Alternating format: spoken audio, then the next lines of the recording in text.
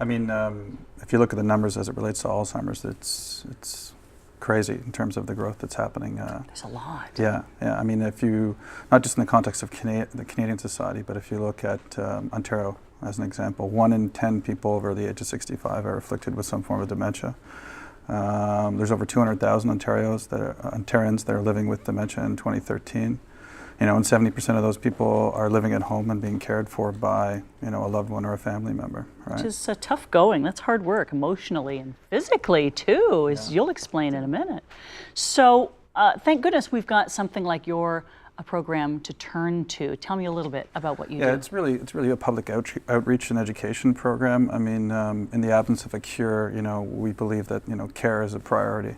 And delivering care for someone who's afflicted with dementia or Alzheimer's is a tough job, basically. You need to know, understand the symptoms, manage the behaviors, prevent, certain behaviors from happening. And it's tough. It's a tough job. Gosh, it seems almost every week we're hearing about an elderly parent who's wandered away and they're trying to figure out how to get them home. So what are some of the signs we could be looking for? And Linda, you probably will recognize a lot of these too. What sorts of things do we need to think about or watch for? There's really two types of symptoms at a simplest level, cognitive symptoms or behavioral symptoms. Early stages are tough to really catch, but it could be as simple as, Linda gave an example earlier when we were talking milk in the cupboard, something as simple as that.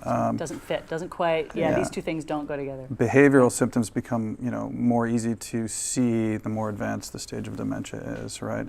Whether it's anger, aggression, anxiety, a lack of sleep, not eating properly, hallucinations can be part of it as well.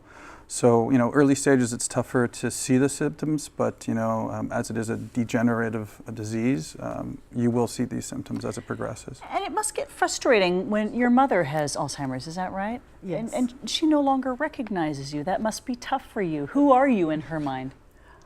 She really likes me. I think that's the one that I've been telling people, that she doesn't know that I'm her daughter anymore, but she always smiles when I come along for a visit and things like that. So you sort of have to keep looking at the good and grab a hold of those little moments. I think one thing that I've learned from my own personal life is to enjoy the small things, because they last. They make a difference. Is this true? I'd heard that the memories that seem to hang on the longest are from whatever happened between the ages of 14 and 24.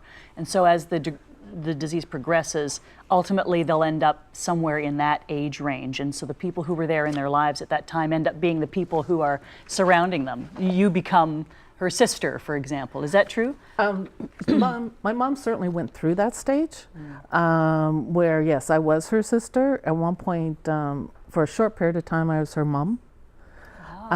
But you actually regenerate back to, like, my mom is what you consider in late stages. And so she needs total care with brushing her teeth, with washroom facilities, dressing in the morning. So it even goes beyond being in those teenage years.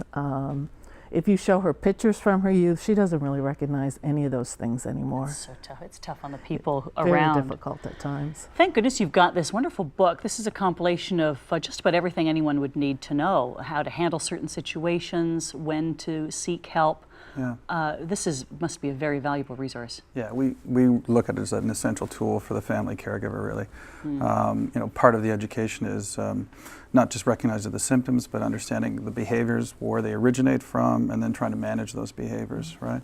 For everyone's safety. Yeah, exactly. And sanity. Yeah. It must be so challenging, so frustrating, so heartbreaking at times to be dealing with a loved one. It's extremely heartbreaking, because you see this person who was your mother taking care of you, being there for you. If something exciting was going on in my life, I'd be, "Hey, Mom," and she'd be all excited. Like this morning, being here on television, she'd be like so thrilled. Today, she has no idea or any concept of what I would be talking about. You've had to grieve her loss really already, haven't you? Essentially. Alzheimer's, you grieve for a very long period of time. Yeah. This is not a short disease that only lasts 2 or 3 years. My mom was diagnosed in 2006. And because she's physically healthy, we could be looking at 5, 8, even 10 years more of her living like this. the nice thing is with technology, there's actually an app to help people, right? Yeah, I mean, September was World Alzheimer's Month.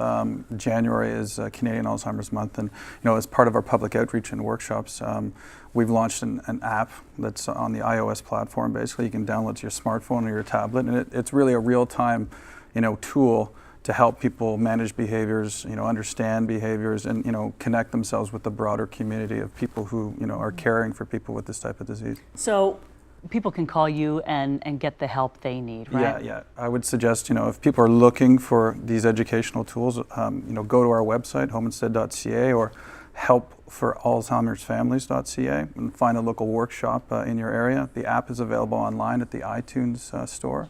And this book is great fantastic. Great tools. Thank you both so much. Thank you. Great information, and thank you for sharing your story. It's very relatable. So homeinstead.ca and Help for Alzheimer's Families.